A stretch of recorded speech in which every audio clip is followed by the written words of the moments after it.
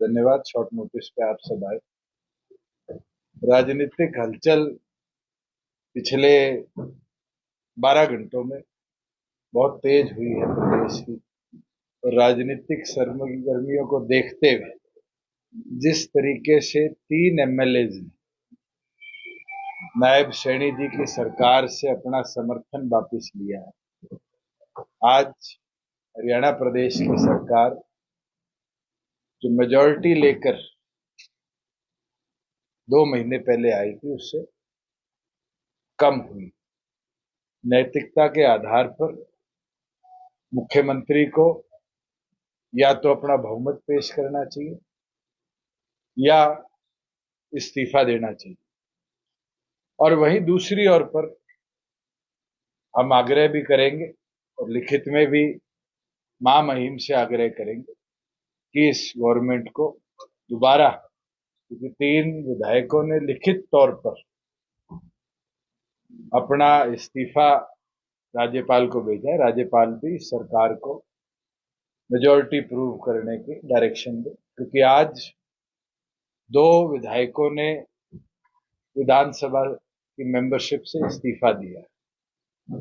88 MLA आज हरियाणा विधानसभा के 3 government से समर्थन वापस कर चुके। 2 वो विधायक थे जो उस समय गवर्नमेंट के पास उनके समर्थन में। 5 विधायकों का कम होना सरकार के समर्थन से ये प्रूव कर देता है कि आज सिंपल मेजॉरिटी के आंकड़े से सरकार बाहर। मैं तो आज यही मांग करता हूं कि मुख्यमंत्री नैतिकता के आधार पर अपना इस्तीफा देने का काम करे। मैं कल मुख्यमंत्री का बयान किसी चैनल पे देख रहा था जहां वो हंस हंस कर ये कह रहे थे कि ये आज वहां कुछ लेने गए हैं, यहाँ कुछ लेके 4.5 साल बैठे थे, इसके बारे में भी वो बताने का काम। और मैं एक चीज कहना चाहूंगा, हम जब तक सरकार के साथ कभी इस तरह के हालात नहीं मिले जहां मनोहर लाल जी और मुझे इस तरह की कोई घटनाक्रम देखने को मिली हो कि किसी ने समर्थन विड्रॉ किया। आज उन लोगों का कांग्रेस के साथ जाना ये दिखता है कि भारतीय जनता पार्टी किस तरीके से कमजोर हुई है। जो 11 कमल खिलाने की बात करते हैं वो आज कितने कमजोर हैं। और वही दूसरी ओर पर नेता विपक्ष ने कल तीनों को समर्थन के साथ एक प्रेस कॉन्फ्रेंस करी।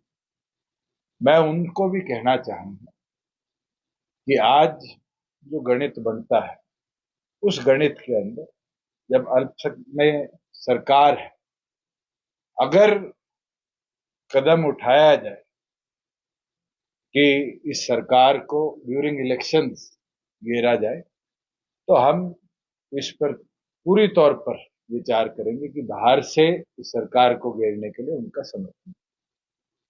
अब ये कांग्रेस को सोचना पड़ेगा कि क्या भारतीय जनता पार्टी की जो आज सरकार सत्ता में है इसको घेरने के लिए वो कोई कदम उठाने का काम करेगी। बीजेपी के भी विधायक 5 विधायक उनके साथ ऐसा दावा करते हैं। जब तक विप की ताकत है और जब तक नंबर्स हमारे पास है, वोट तो सबको विप के आदेश अनुसार करना पड़ेगा। और इसका विवरण तो आपने मेरे ख्याल से जब इस सरकार का गठन हुआ था उस दिन देख लिया। तो उस दिन भी हम तो पूरी तौर पर स्पष्ट है कि इस सरकार को घेरने की कदम। लेकिन खुले तौर पर वो कार्यक्रमों में जा रहे हैं। जोगीराम ऑलरेडी नोटिस इशू किया गया है, एक प्रोसीजर है विधानसभा का जिसके अंदर नोटिस इशू कर पहले जवाब मांगा जाता है। अगर जवाब ना दिया जाए तो फिर स्पीकर को लिखित में उनकी सदस्यता रद्द करने के लिए कदम उठाने के लिए कहा जा सकता है। 3 विधायकों को इशू किया गया है और तीनों ने अभी तक कोई रिटर्न रिप्लाई नहीं किया। उनकी विजुअल्स भी है, उनकी पिक्चर्स भी है, उनके पोस्टर्स भी है। और जो उचित कार्रवाई जननायक जनता पार्टी ने करनी है आने वाले दिनों में बिफोर पोलिंग हम अपनी ओर से करेंगे। ऐसा कोई ऐसा है कि कोई डिफेक्शन हो सकता है बीजेपी? अगर कोई इस्तीफा देता है तो उसके ऊपर है। पार्टी विरोधी गतिविधि का रिकॉर्ड आज हमारे पास, और पार्टी विरोधी गतिविधि के अंदर जिसने भाग लिया है उसके विरुद्ध एक कानून है, और उस कानून के तहत हम जल्दी स्पीकर को भी मिलेंगे और उनसे आग्रह करेंगे कि इनके खिलाफ कार्रवाई। कौन कौन से आप वो हम पे छोड़ दो। बीजेपी ये कह रही है कि शायद बीजेपी का कल्चर है वो प्रोसेस में ही आपको लगता है 6 महीने निकालते इसके अंदर प्रोसेस में हमारे पास हाईकोर्ट का भी रास्ता है, और हाईकोर्ट और सुप्रीम कोर्ट ने निरंतर डायरेक्शन दिए हैं, चाहे हिमाचल का केस हो चाहे महाराष्ट्र का केस हो, कि टाइम बाउंड मैनर के अंदर लेजिस्लेटिव बिजनेस को पूरा करने के कार्य को विधानसभा को करना। बीजेपी कह रही है सर कि मार्च में अविश्वास प्रस्ताव लाए थे जो गिर गया था, तो 6 महीने में आ अविश्वास प्रस्ताव भारतीय जनता पार्टी की पिछली सरकार के विरुद्ध था। नई सरकार बनी, वो अविश्वास प्रस्ताव उस सरकार के साथ साथ ही समाप्त हुआ। नई सरकार आज के दिन गठित हुई है, उसके विरुद्ध अविश्वास प्रस्ताव लाया था। उस दिन एक रैली जननायक जनता पार्टी की थी, हमने समर्थन किसी का नहीं किया। मैं आज ऑन रिकॉर्ड कह देता हूं कि अगर अब फ्लोर टेस्ट होगा तो हमारे प्रत्येक विधायक पार्टी के आदेश पर विप के साथ सरकार को घेरने के लिए वोट। आपने कहा कि जब तक आप लोग साथ थे तो ऐसी कोई स्थिति नहीं बनेगी, नेतृत्व परिवर्तन होने के बाद तो क्या तो बीजेपी ने नेतृत्व परिवर्तन किया वो सुधारने वो फेलियर है।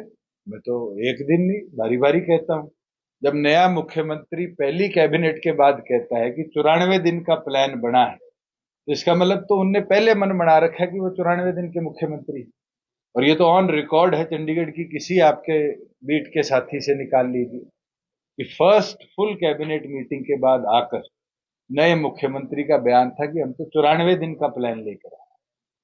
और उस दिन यह साबित हो गया था कि कितने कमजोर शासक वो रहेंगे और कितने कमजोर नेतृत्व के साथ प्रदेश चले।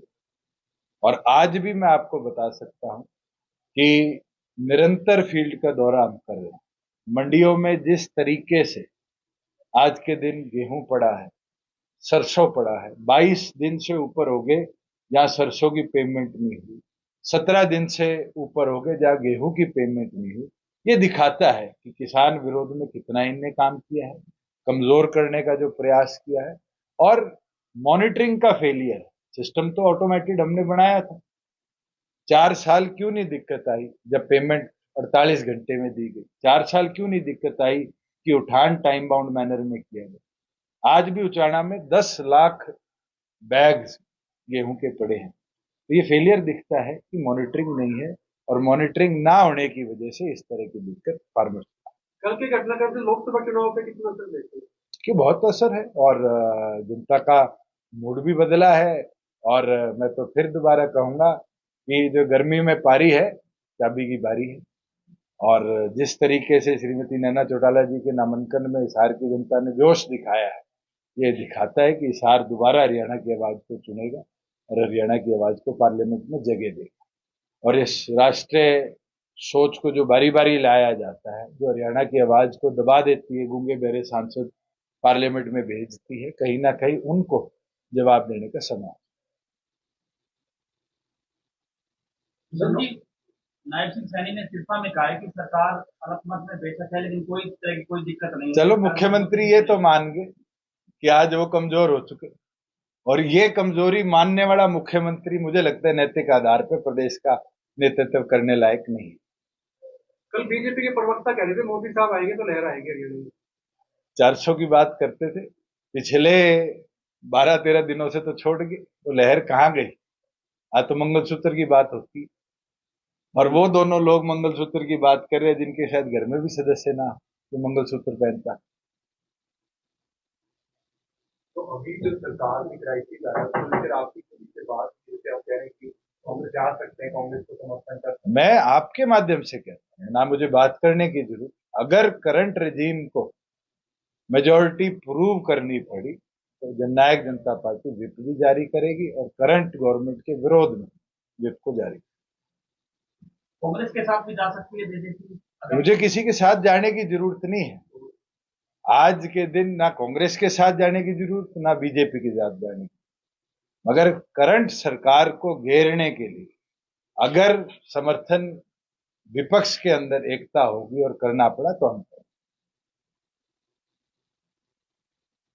लेकिन हरियाणा के पूर्व मुख्यमंत्री मनोहर लाल कह रहे हैं कि दूसरे मतदाता की हालत 16 फिल्म के जेलर जैसी होती है। आधे उधर चले गए, आधे चलो आधे इधर है आधे उधर है, जिस दिन विप होगा 10 के 10 लाइन में खड़े दिखाऊंगा।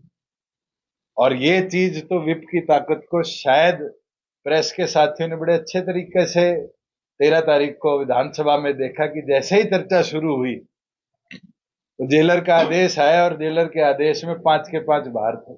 नहीं थे तो बताओ। और पूरी वोटिंग तक पार्टी के आदेश को फॉलो किया। अगर आप पार्टी के सिंबल पर जीते हो तो पार्टी के आदेश का नेतृत्व आपको पूरा करना पड़ेगा। अगर आपको पार्टी छोड़नी है तो आप इस्तीफा दे सकते हैं। इस्तीफा देकर विधायक पद से इस्तीफा दीजिए और अपनी पार्टी की अपनी जो नई सोच की गतिविधि जनता देखती है, कौन किसके मत पे जीता और कौन किसके मत से चला और आज वो कहीं और अपनी इच्छा जाहिर करता है। जनता उन लोगों को समझती है। मेरा तो इतना बोलना जरूरी है कि जब तक इस विधानसभा का टेन्योर है अक्टूबर 28 तक हरियाणा प्रदेश में अगर कोई विधायक जननायक जनता पार्टी के सिंबल पे जीता है, विधानसभा की प्रक्रिया के अंदर उसको पार्टी का वेट फॉलो करना। कोई ऐसी संभावना है कि भाजपा फिर से बीजेपी के साथ? बिल्कुल नहीं। मैं ये चीज कई बार स्पष्ट कर चुका हूं और इससे ज्यादा मुझे स्पष्टीकरण देने की जरूरत है। अगर हम 11 सीटों पर चुनाव रखने का मनोबल रखते हैं, चाहे वो कांग्रेस हो, एक उपचुनाव और 9 लोकसभा लड़ रही है और गठबंधन में एक सीट उनमें दूसरी पार्टी आम आदमी की है, चाहे वो लोकदल हो जिसने अपने शायद 6 उम्मीदवार उतारे हैं, चाहे वो बसपा हो जो उपचुनाव नहीं लड़ रही। सिर्फ जननायक जनता पार्टी हरियाणा में वो दल है जिसने 10 के 10 कैंडिडेट्स लोकसभा में उतारे और करनाल उपचुनाव के लिए भी अपना उम्मीदवार उतारा है और मजबूती के साथ 11 के 11 चुनाव आज लड़ा। हिसार में सर कौन सा मुकाबला मानते कौन से पार्टी के साथ? आज के दिन तो मैं मानता हूं कि श्रीमती नैना चौटाला जी आगे है। आज जो परिस्थिति बन रही है, महिलाओं का जो समर्थन उनको मिल रहा है, महिला शक्ति जो पंचायती राज के तौर पर हमने बढ़ाई है, विकसित करी है, राशन डिपो देकर उनको रोजगार के अवसर दिए हैं, बढ़ चढ़कर महिलाओं का नेतृत्व श्रीमती नैना चौटाला जी के साथ आ रहा है और वही हिसार की परिवर्तन के अंदर अपनी ताकत बनेगा। और आने वाले दिनों में आप देखेंगे, आज के दिन 8,37,000 महिला वोटर्स शायद हिसार के अंदर है और उनका नेतृत्व और हरियाणा की आवाज बनकर पार्लियामेंट में जाकर, जैसे 14 से 19 तक मुझे नेतृत्व मिला था, हिसार चुनेगा और मजबूती के साथ नैना चौटाला जी को अपना सामने। वीरेंद्र सिंह कांग्रेस में चले गए, कांग्रेस में जाके फिर रूठ गए वो कांग्रेस में। ये कोई घटनाक्रम आज का नहीं है, ये घटनाक्रम कई बार हुआ। कांग्रेस आई, कांग्रेस, बीजेपी, कांग्रेस और अब फिर रूस से बैठे हैं। ये दिखाता है कि राजनीतिक तौर पर कितने कमजोर वो हैं और ये दर्शाता है कि आने वाले भविष्य में उचाना जैसे वो बारी बारी मेरे को बजा रहे थे, उनको बजा के छोड़ दो। जिस तरीके से आपकी पार्टी को बैठ जो राजनीति के अंदर इस तरह की शब्दावली का इस्तेमाल करते हैं, जनता उसको समय समय पर जवाब देती है। मुझे इससे ज्यादा किसी के बारे में कुछ बोलने की जरूरत नहीं आती। विधायक योगीराम जी हैं, वो कह रहे हैं कि आप एक परिवार की पार्टी बनकर आए। हाँ, जननायक जनता पार्टी एक परिवार है। अमित भी मेरे परिवार का सदस्य है, अजीत भी मेरे परिवार का सदस्य है, डॉक्टर बांगड़ भी मेरे परिवार का सदस्य है। जब वो टिकट लेने आए तो वो हमारे परिवार का पटका पहन के हमारे सदस्य बने। आज क्या विषय बना कि वो परिवार से अलग हो रहे। रीजनल पार्टी कोई कोऑपरेटिव बिजनेस नहीं है या कोई आज के दिन ब्यूरोक्रेटिक पार्टी नहीं है। एक परिवार है और इस परिवार में नयों को भी अवसर मिलता है। क्या उनको ये घबराहट है कि नए युवा लोग वहां पर नेतृत्व करने को तैयार हैं? करवाया आज इस तरह की टिप्पणी करते तो उनको 5 साल पुराना दौर भी याद करना चाहिए। को पकड़कर झंडा ले धन्यवाद। शॉर्ट नोटिस पे आप सब आए।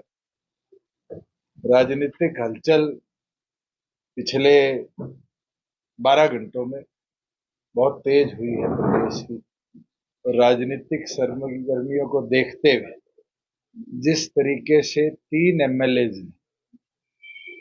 नायब सैनी जी की सरकार से अपना समर्थन वापस लिया है, आज हरियाणा प्रदेश की सरकार जो मेजॉरिटी लेकर 2 महीने पहले आई थी उससे कम हुई। नैतिकता के आधार पर मुख्यमंत्री को या तो अपना बहुमत पेश करना चाहिए या इस्तीफा देना चाहिए, और वहीं दूसरी ओर पर हम आग्रह भी करेंगे और लिखित में भी महामहिम से आग्रह करेंगे कि इस गवर्नमेंट को दोबारा, क्योंकि 3 विधायकों ने लिखित तौर पर अपना इस्तीफा राज्यपाल को भेजा है, राज्यपाल भी सरकार को मेजॉरिटी प्रूव करने की डायरेक्शन दे, क्योंकि आज 2 विधायकों ने विधानसभा की मेंबरशिप से इस्तीफा दिया है।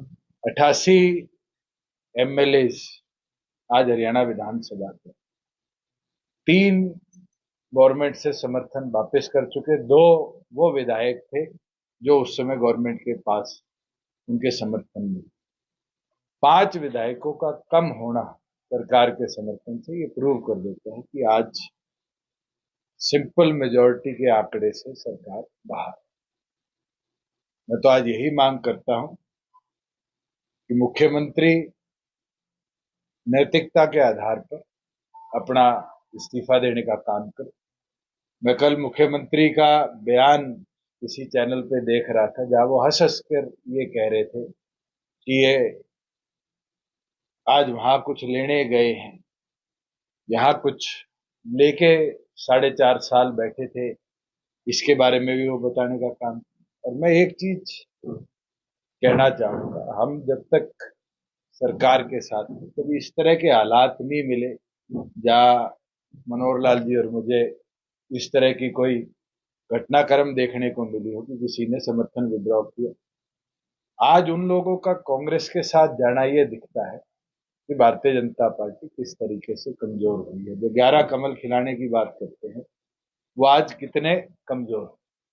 और वही दूसरी ओर पर नेता विपक्ष ने कल तीनों को समर्थन के साथ एक प्रेस कॉन्फ्रेंस करी।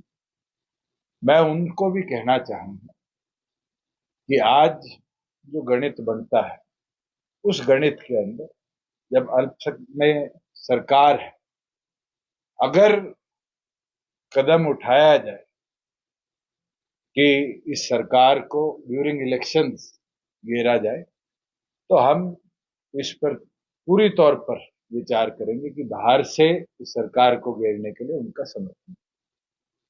अब ये कांग्रेस को सोचना पड़ेगा कि क्या भारतीय जनता पार्टी की जो आज सरकार सत्ता में है इसको घेरने के लिए वो कोई कदम उठाने का काम करेगी। बीजेपी कह रही है कि डीजीपी के भी विधायक 5 विधायक उनके साथ ऐसा दावा करते हैं। जब तक विप की ताकत है और जब तक नंबर्स हमारे पास है, वोट तो सबको विप के आदेश अनुसार करना पड़ेगा। और इसका विवरण तो आपने मेरे ख्याल से जब इस सरकार का गठन हुआ था उस दिन देख लिया।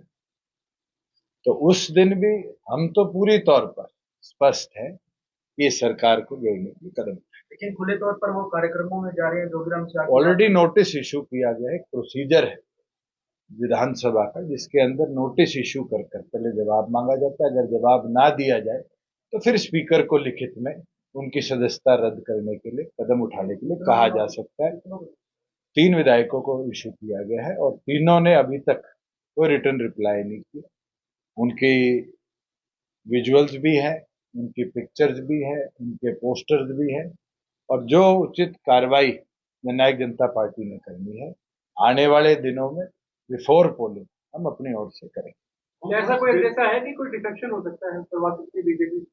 अगर कोई इस्तीफा देता है तो उसके ऊपर है। पार्टी विरोधी गतिविधि का रिकॉर्ड आज हमारे पास, और पार्टी विरोधी गतिविधि के अंदर जिसने भाग लिया है उसके विरुद्ध एक कानून है, और उस कानून के तहत हम जल्दी स्पीकर को भी मिलेंगे और उनसे आग्रह करेंगे कि इनके खिलाफ कार्रवाई। कौन सी विधायक है? आप वो हम पे छोड़ दे।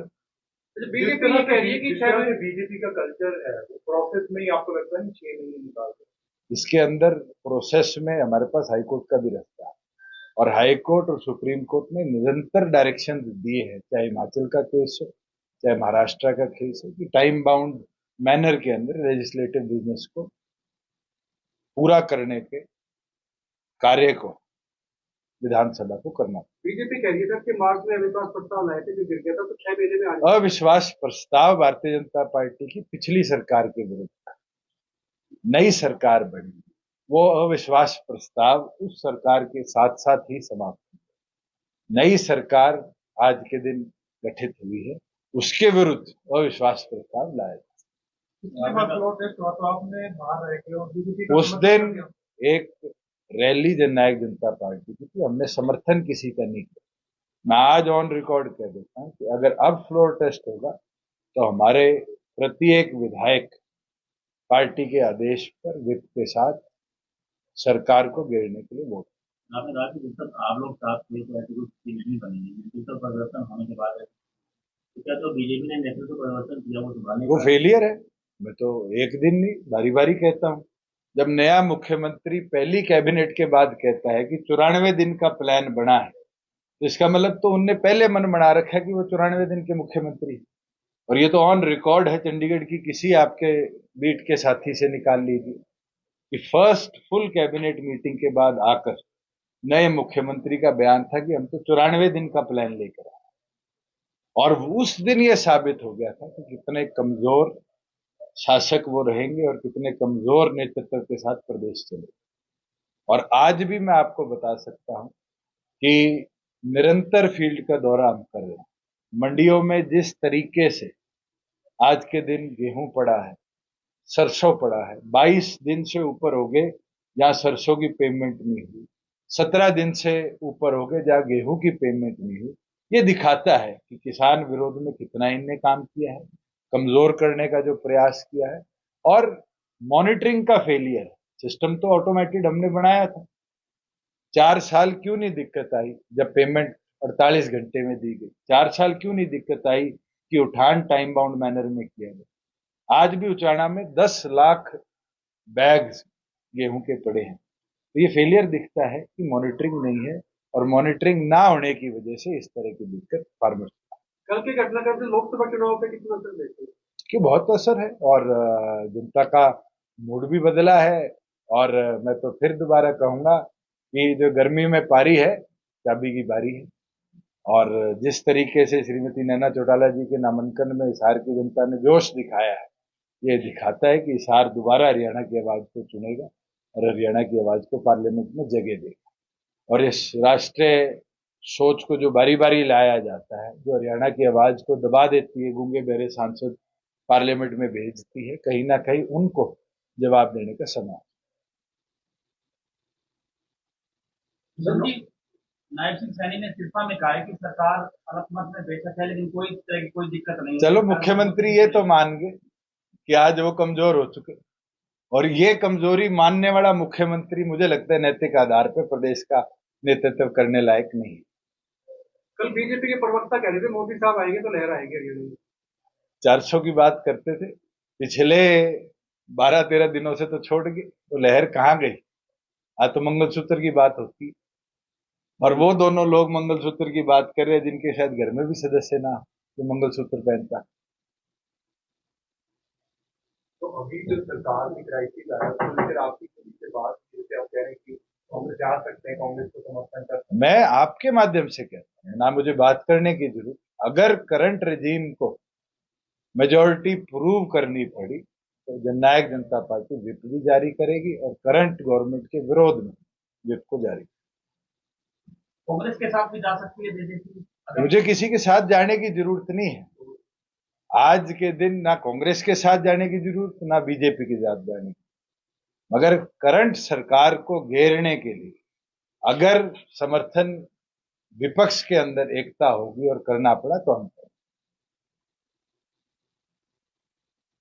लेकिन हरियाणा के पूर्व मुख्यमंत्री मनोहर लाल कह रहे हैं कि दुष्यंत चौटाला की हालत 16 फिल्म के जेलर जैसी होती है, आधे उधर चले जाए आधे। चलो आधे इधर है आधे उधर है, जिस दिन विप होगा 10 के 10 लाइन में खड़े दिखाऊंगा। और ये चीज तो विप की ताकत को शायद प्रेस के साथियों ने बड़े अच्छे तरीके से 13 तारीख को विधानसभा में देखा कि जैसे ही चर्चा शुरू हुई तो जेलर का आदेश आया और जेलर के आदेश में 5 के 5 बाहर थे, नहीं थे तो बताओ।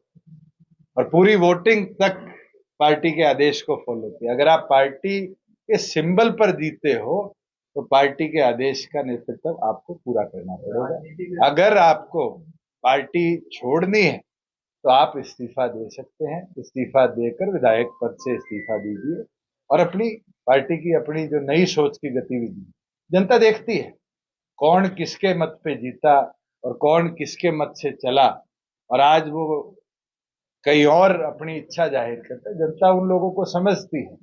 मेरा तो इतना बोलना जरूरी है कि जब तक इस विधानसभा का टेन्योर है अक्टूबर 28 तक हरियाणा प्रदेश में अगर कोई विधायक जननायक जनता पार्टी के सिंबल पे जीता है, विधानसभा की प्रक्रिया के अंदर उसको पार्टी का बेट फॉलो करना। कोई ऐसी संभावना है कि भाजपा फिर से बीजेपी के साथ? बिल्कुल नहीं। मैं ये चीज कई बार स्पष्ट कर चुका हूं और इससे ज्यादा मुझे स्पष्टीकरण देने की जरूरत है। अगर हम 11 सीटों पर चुनाव रखने का मनोबल रखते हैं, चाहे वो कांग्रेस हो, एक उपचुनाव और 9 लोकसभा लड़ रही है और गठबंधन में एक सीट उनमें दूसरी पार्टी आम आदमी की है, चाहे वो लोकदल हो जिसने अपने शायद 6 उम्मीदवार उतारे हैं, चाहे वो बसपा हो जो उपचुनाव नहीं लड़ रही। सिर्फ जननायक जनता पार्टी हरियाणा में वो दल है जिसने 10 के 10 कैंडिडेट्स लोकसभा में उतारे और करनाल उपचुनाव के लिए भी अपना उम्मीदवार उतारा है और मजबूती के साथ 11 के 11 चुनाव आज लड़ा। हिसार में सर कौन सा मुकाबला मानते कौन से पार्टी के साथ? आज के दिन तो मैं मानता हूं कि श्रीमती नैना चौटाला जी आगे है।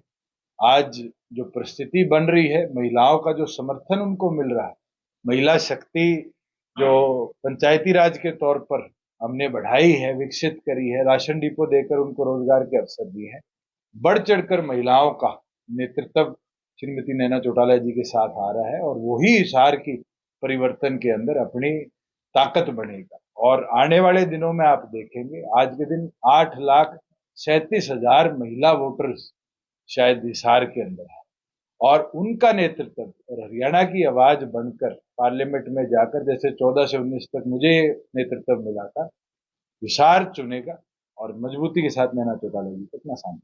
वीरेंद्र सिंह कांग्रेस में चले गए, कांग्रेस में जाके फिर रूठ गए वो कांग्रेस में। ये कोई घटनाक्रम आज का नहीं है, ये घटनाक्रम कई बार हुआ।